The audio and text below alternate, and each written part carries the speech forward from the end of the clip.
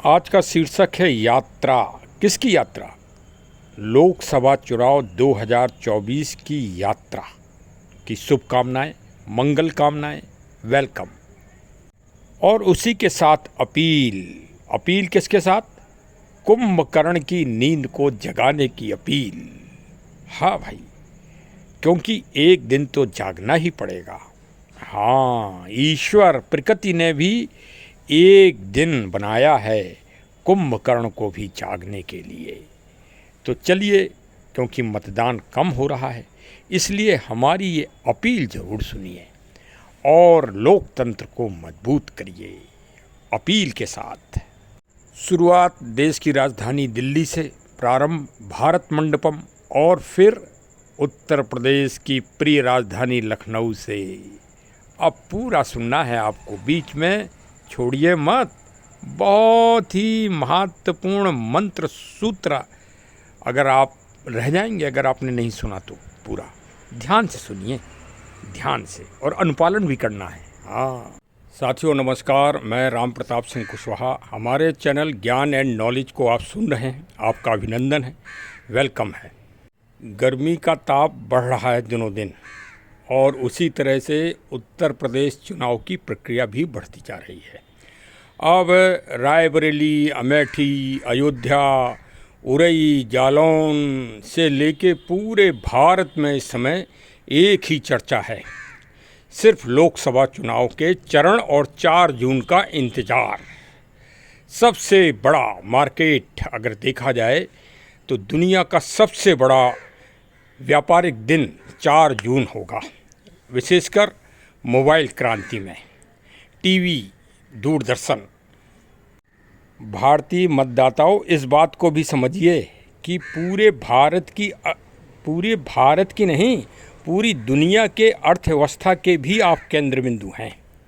तो अगली सरकार जो आप चुनिए उसको अर्थव्यवस्था की दृष्टि से देखिए, उसको ऐतिहासिक दृष्टि से देखिए, उसको रचनात्मक दृष्टि से देखिए, उसको सृजनात्मक रूप से देखिए, और क्या क्या निर्माण हुए हैं, क्या परिवर्तन हुआ है, क्या बदलाव हुआ है, ये भी देखिए। आज का अधिकार आपके पास है। कब तक? जब तक आपने बटन नहीं दबाया। जैसे ही बटन दबेगा और मतपेटी में खनन खनन की आवाज़ आएगी, समझ लीजिए कि आपका अधिकार 5 साल के लिए समाप्त हो गया और आपने भारत का भाग्य बना ही दिया। जैसे नहीं लक्ष्मी जी दिखाते हैं चित्र दीपावली पे कि सिक्के गिराती हैं लक्ष्मी जी, और मतलब धन की वर्षा होती है, वो ही मतदान की प्रक्रिया है। एक एक वोट करके लाखों वोट पड़ते हैं मतपेटियों में। और अब आधुनिक व्यवस्था है, ईवीएम, वो तो अलग बात है, लेकिन हम तो भाई पुराने ज़माने के हैं। हमने लालटेन जलते हुए रेलवे स्टेशन देखे हैं। हाँ, अच्छी तरह से आपको मैं बता दूं, क्योंकि मैं मूल रूप से बुंदेलखंड में उरई जो जगह है, जिसका आपने आल्हा ऊधल के टाइम अगर आपने नाम सुना हो तो उरई बड़ी प्रसिद्ध जगह है और बड़ी ऐतिहासिक जगह है। वहाँ पर स्टेशन हमको बचपन में ढूंढना पड़ता था। तो एक लालटेन अगर कहीं जल रही हो तो समझ लो कि वही स्टेशन है। ये अभी काफ़ी, जब तक हम काफ़ी समझदार हुए तब तक उरई स्टेशन की वही स्थिति थी। फिर सर्विस लग जाने के बाद हम अयोध्या पावन नगरी में आ गए, जिसका बड़ा नाम सुना था। तो वहाँ स्टेशन के बाहर जो कबाड़ खाना था, तो पता ही नहीं पड़ता था कि ये कबाड़ खाना है कि अयोध्या का रेलवे स्टेशन है। भारत को स्वतंत्र हुए 70 साल हो चुके थे उस समय की, अब मैं बात बता रहा हूँ। फिर कालांतर में मैं सर्विस में मेरी पोस्टिंग हो गई 2015 और 16 से, और 2016 और 15 में परिवर्तन प्रारंभ हो गया अयोध्या का। और अयोध्या का परिवर्तन सही रूप से कब हुआ आपको ये भी बता दें, आप धोखे मत रहें। जब सुर सम्राज्ञी लता मंगेशकर जी का स्मृति वाणी वादिनी माँ सरस्वती जी विराजमान हुई अयोध्या में, उस दिन से अयोध्या का परिवर्तन हुआ है, रचनात्मक और सृजनात्मक। अब वो भाई किस सरकार ने कराया ये आप जानते हो। भाई देखिए, हम तो ये कह रहे हैं कि मतदान अपने विवेक से करिए, और विवेक सरस्वती जी देती हैं। हाँ, तो जब बटन दबाइए तब माँ सरस्वती जी को याद कर लीजिए, तो आपको भाई कुंभकर्ण की तरह कुछ लोग सो रहे, और जब कुंभकर्ण को वरदान मिलना था तब उसके जिह्वा पे सरस्वती जी बैठ गईं, और वरदान देखिए वही होता है जो ईश्वर चाहते हैं। और उसने मांग लिया कि हम 6 महीने सोएं, और 6 महीने मतलब सोते ही रहें, एक दिन जागें।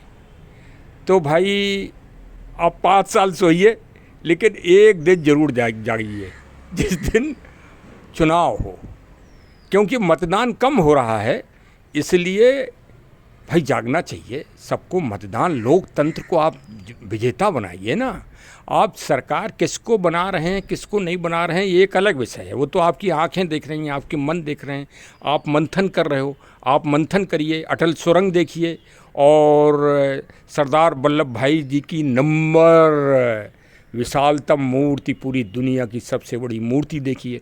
मैं तो ये कह रहा हूँ कि देखिए, आप देख के सुन के तब वरदान प्राप्त करिए लोकतंत्र का।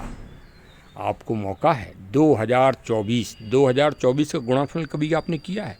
2, 2, 4 और 4 और 4 8, 8 अंक होता है श्री हनुमान जी का, और 9 अंक होता है श्री राम जी का, और 8 अंक होता है शनि जी का। तो 4 मतलब ये जो वर्ष है 2024, ये पूरे विश्व का बड़ा खगोलीय दृष्टि से बहुत महत्वपूर्ण दिवस है, साल है। भारत में तो चुनाव हो ही रहे हैं। अब भारत में भाई जिसकी सत्ता बनेगी वो 5 साल के लिए हुकूमत चलाएगा। और जो दुनिया की सबसे बड़ी महाशक्ति है, अमेरिका में भी इसी समय चुनाव होना है 2024 में। तो आप ये समझिए कि यहाँ के चुनावों का असर पूरे दुनिया में पड़ना है, और आप उसके केंद्र बिंदु हैं। तो चलिए अब हम आपको कुछ स्टेशन दिखाते हैं, क्योंकि गति बहुत बड़ी चीज़ है।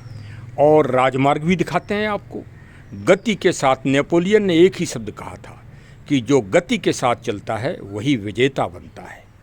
तो गति आपको कौन दे रहा है आज आप देखिए कि गति आपको कहाँ दिखाई पड़ रही है। उस गति को अवश्य चुनिए और श्रेष्ठतम सरकार को बनाइए, और बहुमत के आधार पर बनाइए, जिससे ये ना हो जाए कि वो सरकार ये सोचे कि हम ये निर्णय नहीं ले पाए क्योंकि हमारे पास बहुमत कम रह गया है।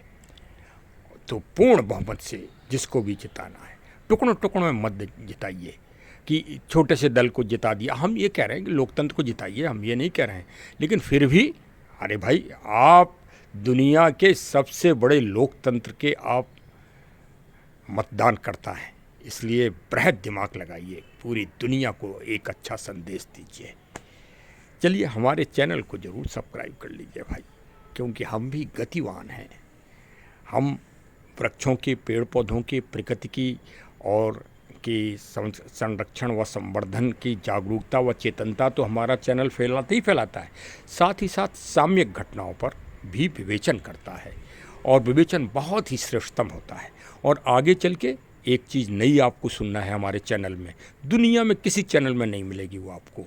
यथार्थ गीता तो आपने सुनी होगी, श्री अंगड़ानंद पूज्य श्री संत साहब ने लिखा है यथार्थ गीता।